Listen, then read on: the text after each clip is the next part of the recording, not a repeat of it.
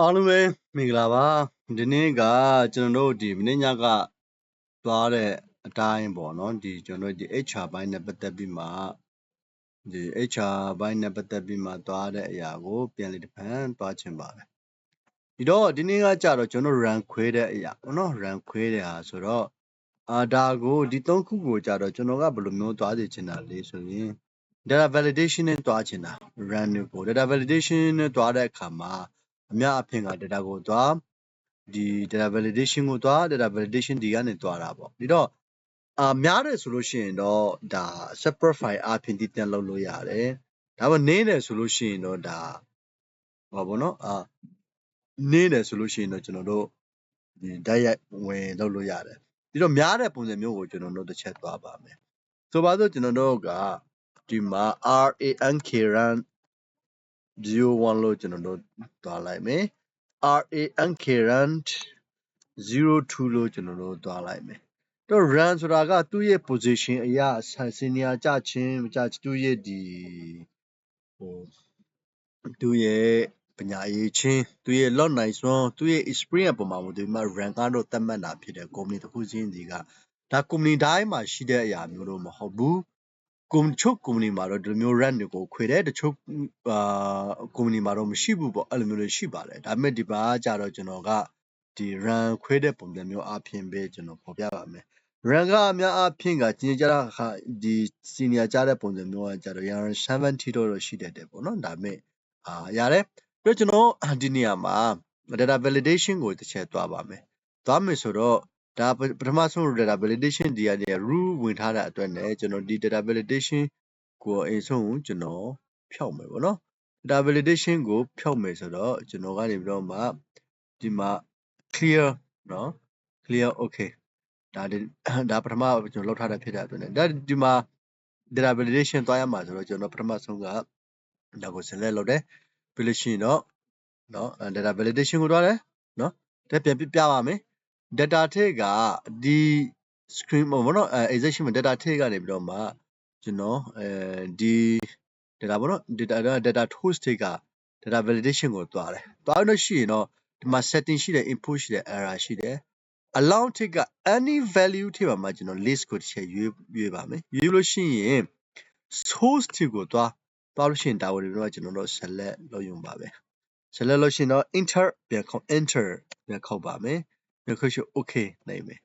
တော့ဒီမှာနေပြီးတော့မှကျွန်တော်တို့ကရွေးချယ်လို့ရသွားပြီ run ကသူ့အနေနဲ့သူနော်ရွေးချယ်ရတဲ့ခါကျတော့ကျွန်တော်တို့ကအကုန်လုံးကို format ဝင်အောင်ကျွန်တော်တို့20တစ်ခုဖြစ်တဲ့ရအကုန်လုံးကိုဟာလုပ်လိုက်မယ်နော်ဒီတော့ရပြီဆိုတော့ကျွန်တော်တို့ run ကိုကျွန်တော်တို့ကသတ်မှတ်ပါမယ်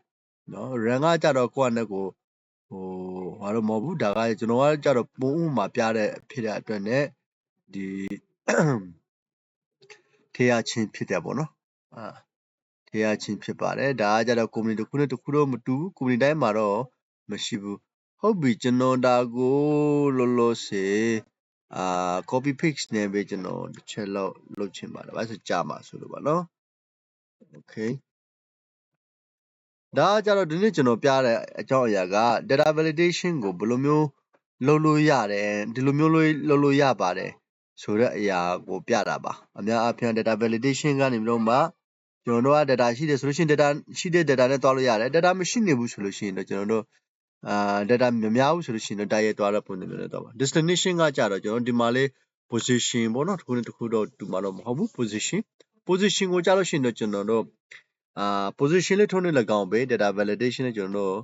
တွားလို့ရတယ် position တချို့ကဆိုလို့ရှိရင်တော့officer ရှိမယ်နော်တချို့ကကြလို့ရှိရင်တော့ supervisor နော်တချို့ကကြလို့ရှိရင်တော့ manager တချို့ကကြလို့ရှိရင်တော့general manager ကျွန်တော်တိုးကောက်ရေးပါမယ် director နော်တချို့ကကြလို့ရှိရင်တော့ CEO နော် COO နော် CFO နော်STAFF staff နော်စသဖြင့်သူကနေတော့ရှိပါတယ်သူ destination မှာကျွန်တော်ရွေးလိုက်ခုနကလိုပဲကျွန်တော်ရွေးမယ်ဒါကိုကြတော့နော်instant ကနေ data ထိကနေပြီးတော့မှ data validation ကိုသွား data validation ကိုသွားလို့ရှိရင်တော့ setting ထဲကအလောင်းမှာကျွန်တော်ကနေပြီးတော့မှ list ကိုရွေးပြီးလို့ရှိရင်တော့ source ထဲမှာနေပြီးတော့ကျွန်တော်ရွေးချယ်တဲ့အခါမှာတရားကိုကျွန်တော်ရွေးလိုက်မယ်ရွေးပြီးတော့မှ enter comment okay enter ခေါ်လိုက်ပြီဆိုတော့ဒီမှာ position ကိုလုံးကနေပြီးတော့မှဝင်ပြီဖြစ်ပါတယ် okay ဒီတော့ကျွန်တော်ကနေပြီးတော့လောက်တဲ့ဒါကြာပြီဆိုတော့ maybe GM ဖြစ်ကောင်းဖြစ်မယ်နော်ဒါကြတော့ data CEO ဖြစ်ကောင်းဖြစ်မယ်နော်ဒါကကြတော့ COO ဖြစ်ကောင်းဖြစ်မယ်ဒါကြတော့စသည်ဖြစ်ပေါ်လေနော်ဒါဟိုတူရာထူနဲ့တူရာထူကိုပြောတာပါနော်ဒီတော့ဒါကြတော့ supervisor ကျွန်တော် supervisor ကြတော့3ရောက်လောက်လိုက်မယ်ကျန်းကြလို့ပါနော် sorry manager ကိုကြတော့ကျွန်တော်3ရောက်လောက်လိုက်မယ်နော် officer ကကြတော့နော် okay ဒီရုပ်ဝန်ထမ်းကကြတော့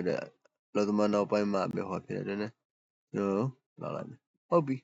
ဒါကကြတော့ data validation ကိုဘယ်လိုမျိုးဒီမျိုးဟာလဲလုပ်လို့ရတယ်ဆိုတဲ့အရာကိုပြတာပါဒီတော့ဒါကိုနေပြီးတော့ကျွန်တော်တို့ကဒီမှာဟောပါတော့ hate ဖြစ်အောင်ကျွန်တော်တို့ကနေပြီးတော့ဒါကိုဖြောက်လိုက်မယ်ဒီတော့ဒီကဘေးကနေ data ရတယ်ဆိုတဲ့အရာကိုတော့မမြင်တာဘူးပေါ့အဲ့လိုမျိုးဟာပါ okay နောက်တစ်ခုကကျွန်တော်တို့ဘေးကိုတွားမလို့ဆိုရင်ကျွန်တော်တို့ကနောက်တစ်ခုက department ဘေးဌာနကလေဆိုတဲ့အရာကိုတွားပါမယ်ဘေးဌာနကလေတွားတဲ့အရာခုနကတော့ကျွန်တော်တို့ဒီ data validation မှာကကျွန်တော် data တွေကနေ data validation လုပ်တယ် data ထိကနေယူတယ်ကျွန်တော်ကအခုကတော့ direct ထိမဲ့ပုံစံမျိုး data validation ကို direct ထိမဲ့ပုံစံမျိုးကိုတွားမယ်နော် data validation ကို direct ထိမဲ့ဆိုတော့ကျွန်တော်တို့ကတွားတယ် data ဒါကစားတော့ချရမှာပေါ့နော်ဒီမှာ data ထိကနေ data validation ကိုတွားဒီမှာ list ကိုတွားပြီးလို့ရှိရင်ဒီမှာ source ထဲမှာကျွန်တော်တို့က department ဖြစ်တဲ့အတွက် department ကိုရောက်ရပါမယ်เนาะဒီတော့department ဆိုရင် sale အရောင်း department ရှိမယ်เนาะပြီးလို့ရှိရင်ဘာရှိမလဲ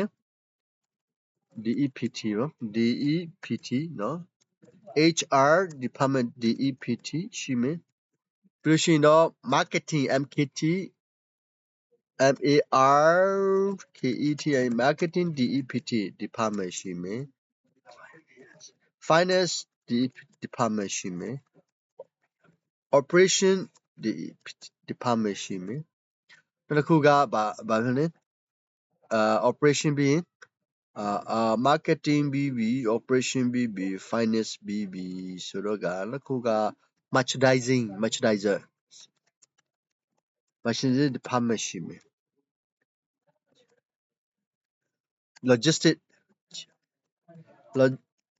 logistic department ရှိမယ်များတော့ပါပြီများလို့ရှိရင်တော့ဆိုရှင်တော့ဇာတ်နဲ့ပဲလောက်တင်တယ်ပေါ့နော်နောက်တစ်ခုကဘာရှိသေးလဲဆိုတော့ department မှာmerchandising ရှိပြီဆိုတော့နောက်တစ်ခုက operation လေး logistic လေးရှိပြီဆိုတော့နောက်ပိုင်းထေလို့ရပါတယ်เนาะdepartment ရှိ logistic လေးရှိ HR department ရှိ HR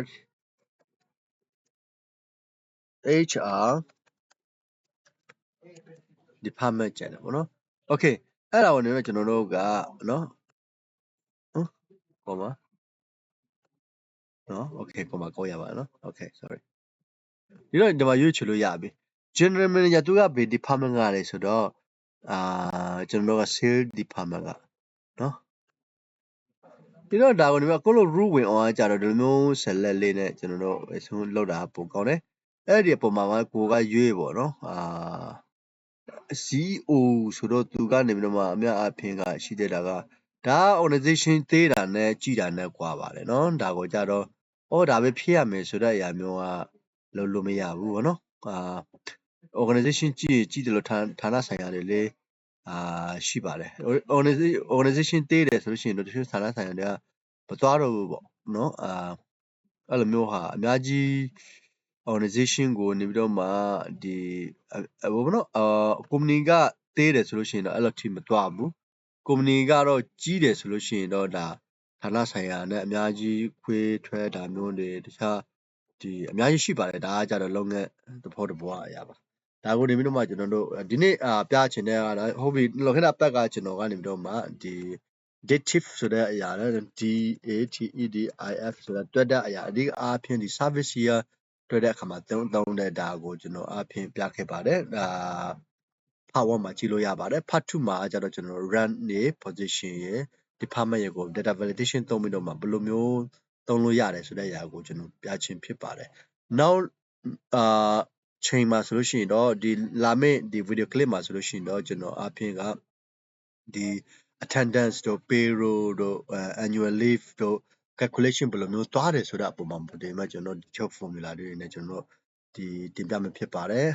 ဆက်လက်ပြီးမှကျွန်တော်တို့ YouTube channel ကို subscribe လုပ်ပေးဖို့အတွက်ဖိတ်ခေါ်ပါတယ်ကျေးဇူးပါ